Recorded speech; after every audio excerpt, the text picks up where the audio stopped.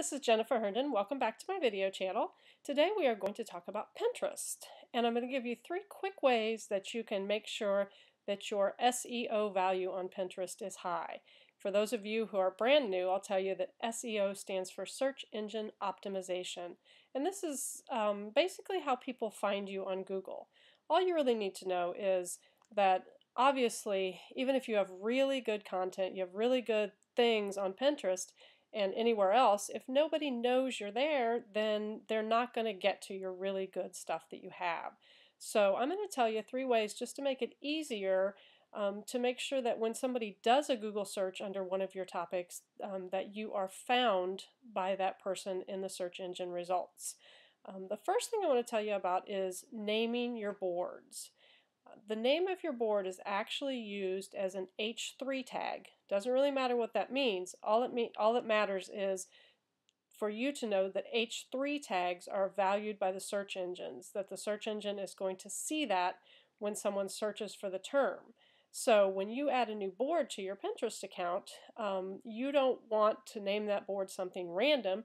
You want to use your keywords and name that board based on what your keywords are that people in your market, in your audience, might be searching for. So I want to show you just how to do that. Here we are in my Pinterest account. We'll go up here where it says Add, and we'll click on Add. And you can see that it says Create a Board. So you'll want to click on Create a Board. And let's say what you want to do is add your blog post to your Pinterest boards so that people will find your blog, be directed back to your blog when they're searching on Pinterest, and you can show them all the great things that you have to offer there. Well, instead of naming your board My Blog, nobody's going to be searching for that. So you want to name your board what one of your keywords is that someone in your market might be searching for. For example, I do a lot about online branding, so maybe I'll name this board, Online Branding Tips. And that way, and then we just click on Create Board, and that way when I write articles that have to do with online branding, I forgot to select a category. When I write articles that have to do with online branding, I can pin them then to this online branding board, and when people search for online branding, that'll increase the chances of my board appearing up in the search engine results and of them then being directed back to my blog based on the articles that I pin there. So you can see now I have a board, Online Branding Tips. Now I don't have anything pinned there yet since we just created it, but it is there, and hopefully once I start pinning there, people who are searching for online branding will see that. They're certainly going to see it have a much better chance of seeing it than if I had named it My Blog, which they would have virtually no chance of seeing it.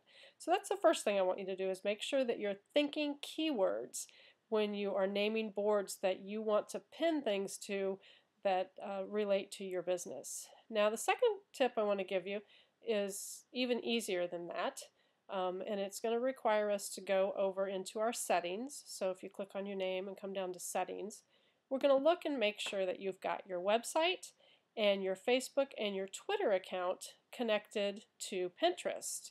Now the reason that this is important is because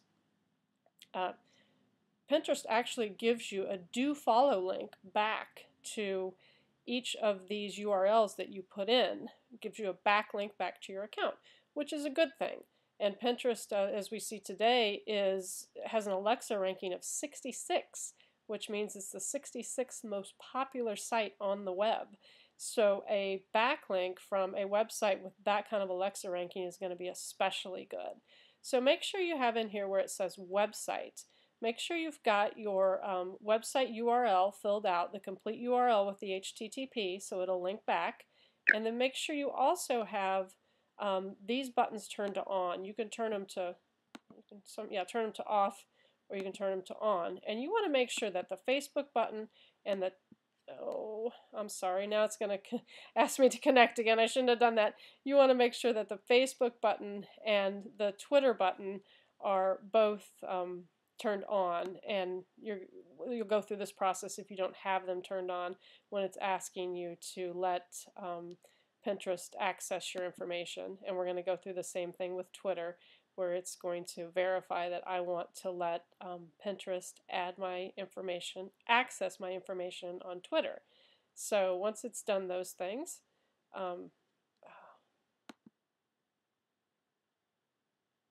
that one again was for Facebook. Once it's done those things, then I'm linked to Facebook and Twitter through Pinterest. Adding Pinterest to your Facebook timeline, that's completely up to you. You can do it or you can not do it. That's just your preference, whether you want it to show up in your timeline on Facebook. Now, the advantage, another thing that is good about having both Facebook and Twitter and having your website URL linked to your Pinterest account is it makes it easy for people to find you.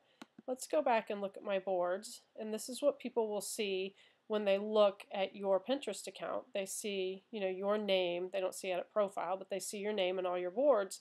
And right underneath your photograph there's a link to your website, there's a link to your Twitter account, and a link to your Facebook account. So, and this also gives your RSS feed for your Pinterest account. But it makes it very easy for people then to connect with you. All they have to do is push one button and they will be at your website or at your Twitter account or at your Facebook account. So that's what people like, is easy, and that's why you want to make sure you give them easy. You don't want to have them click on here and have it not go anywhere, and they're like, well, I wanted to find you on Facebook and I wanted to follow you on Twitter and I wanted to read your blog, but I couldn't because you didn't have it set up. So that's my second tip, to get you a backlink and to make it easier for people to connect with you when they are on Pinterest. Now, for our third tip, we're going to go back to settings. So come back here to underneath your name and click on settings. And this one is super simple. You just have to make sure here that your visibility is set to off.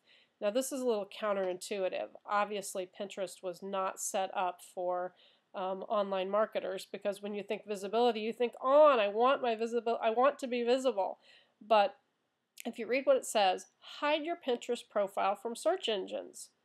And if you click on, then it hides your Pinterest profile from search engines, which is obviously not what you want. So we got to click that to off to make sure that the search engines can in fact see your Pinterest profile. So when people are searching, they will find you and they will find your content. So that's the 3 tips that I have for you today to make sure that you are getting maximum SEO value out of your Pinterest account. I did a blog post on this exact subject a couple of days ago. I'm just making this video for people who find it easier to follow along, but I'll also put the link to the blog post in the notes below so you can refer back to that if you'd like to. Thanks very much for watching, and I'll see you next week. Bye-bye.